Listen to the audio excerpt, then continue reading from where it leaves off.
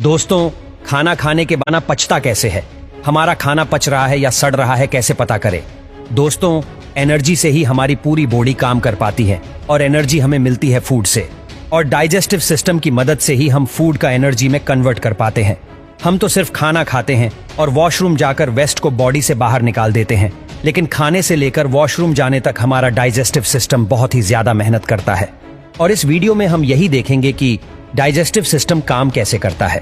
Digestion तो खाना खाने से पहले ही शुरू हो जाता है। जब हम खाने के बारे में सोचते हैं तभी हमारे मुंह में पानी आ जाता है। वो पानी नहीं होता है, उसे सलाइवा कहते हैं। जब हम खाना चबाते हैं तब दांत की मदद से हम फूड को छोटे छोटे पीसेस में ब्रेक कर देते हैं और साथ ही खाना और सलाइवा मिक्स हो जाते हैं।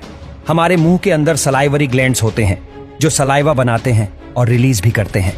सलाइवा में कुछ एंजाइम्स होते हैं जो कार्बोहाइड्रेट्स और फैट्स का डाइजेशन मुंह के अंदर ही शुरू कर देते हैं, और सलाइवा की मदद से खाना सॉफ्ट और स्मूथ हो जाता है, जिससे ये फूड पेट में आराम से जा पाता है। इस चबाए हुए खाने को बोलस कहते हैं और जुबान बोलस को गले में ढकेल देती है। गले में दो रास्ते होते हैं, एक लंच का रास्ता और दूसरा पेट का रास्ता। अब बोलस को यहाँ से जाना होता है पेट में, पर दो रास्ते होने की वजह से बोलस लंग्स में भी जा सकता है और पेट में भी जा सकता है। अगर बोलस लंग्स में चला जाता है तो दिक्कत हो सकती है, और यही काम आता है एपिग्लॉटिस। एपिग्लॉटिस दरवाजे जैसा होता है जो हवा की नली पर लगा होता है।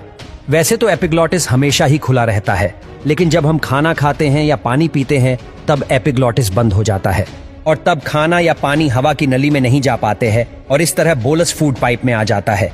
फूड पाइप को ईसोफेगास भी कहते हैं। फूड पाइप 25 सेंटीमीटर जितना लंबा होता है, और फूड पाइप अंदर से इलास्टिक जैसा होता है, और इसी वजह से फूड पाइप बोलस को पेट में ढकेल पाता है। और सलाइवा की वजह से बोलस बिना अटके फूड पाइप से आसानी से गुजर पाता है। फूड पाइप के एंड पर कुछ मसल्स लगे होते हैं जो फूड को यानी बोलस को वापस फूड पाइप में जाने से रोकते हैं। इन मसल्स को LES, लोअर ईसोफेगास स्फिंक्टर कहते हैं। जब LES रिलैक्स हो जाते हैं तब बोलस पेट में आ जाता है। पेट में पहुंचने के बाद बोलस की पिटाई शुरू हो जाती है। हमारा पेट खाने को सिर्फ होल्ड नहीं करता है, बल्कि एक ग्राइंडर की तरह फूड को पेस्ट में बदल देता है, और इसी इलास्टिक पावर की मदद से स्टमक फूड को पेस्ट में बदल पाता है। स्टमक अपनी इलास्टिक पावर से फूड को इधर उधर ढकेलता है, जिसके कारण फूड पेस्ट में बदल जाता है, और पेट में एसिड भी होता है, और वो एसिड है HCl, हाइड्रोक्लोरिक एसिड। दोस्तों, HCl बहुत ही ज्यादा स्ट्रांग होता है, और पेट के मसल्स को HCl से बचाने के लिए पेट में म्यूक्स रिलीज किया जाता है, जो HCl को पेट के मसल्स के साथ रिएक्ट करने नहीं देता है। HCl का काम होता है फूड को डाइजेशन के लायक बनाना, और दूसरा काम होता है डाइजेस्टिव एंजाइम्स बनाना।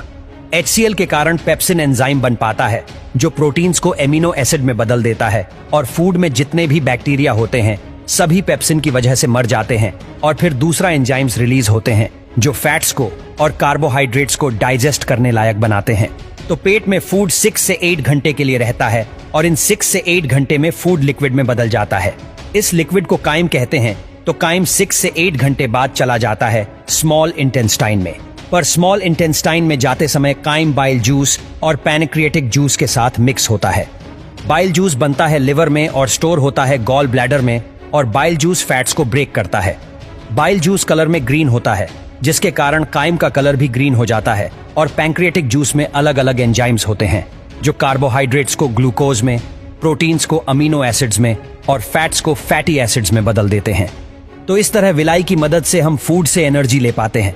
स्मॉल इंटेस्टाइन से गुजरने के बाद काइम चला जाता है लार्ज इंटेस्टाइन में। लार्ज इंटेस्टाइन तक आते हुए काइम से लगभग सभी न्यूट्रिएंट्स खून में चले जाते हैं, और इसीलिए काइम का कलर ग्रीन से ब्राउन हो जाता है। ब्राउन काइम में अभी भी कुछ न्यूट्रिएंट्स और फाइबर्स होते हैं, और फाइबर्स को हम डाइजेस्ट नहीं कर पाते हैं, और यही हमारी मदद करते हैं माइक्रोब्स, बैक्टीरिया। हमारा लार्ज इंटेस्टाइन 1.5 मीटर जितना लंबा होता है, और पूरे लार्ज इंटेस्टाइन पर बैक्टीरिया माइक्रोब्स होते हैं जो काइम से बचे हुए न्यूट्रिएंट्स को डाइजेस्ट करने में मदद करते हैं। लार्ज इंटेस्टाइन के एंड तक पहुंचते हुए काइम से सभी न्यूट्रिएंट्स और पानी निकाल लिए जाते हैं, और अब ये काइम बदल जाता है स्टूल में, और लार्ज इंटेस्टाइन में ही स्टूल और म्यूकस रिलीज किया जाता है ताकि आसानी से बाहर निकल पाए। लार्ज इंटेस्टाइन में फूड बहुत ही धीरे डाइजेस्ट होता है, और इसीलिए लार्ज इंटेस्टाइन में फूड को पूरी तरह डाइजेस्ट होने के लिए 30 से 40 घंटे लगते हैं। फिर 30 से 40 घंटे बाद स्टूल चला जाता है रेक्टम में, स्टोर करता है, और जब रेक्टम भर जाता है तब हम वॉशरूम जाकर उसे खाली कर देते हैं। तो इस तरह फूड डाइजेस्ट होकर बाहर निकल जाता है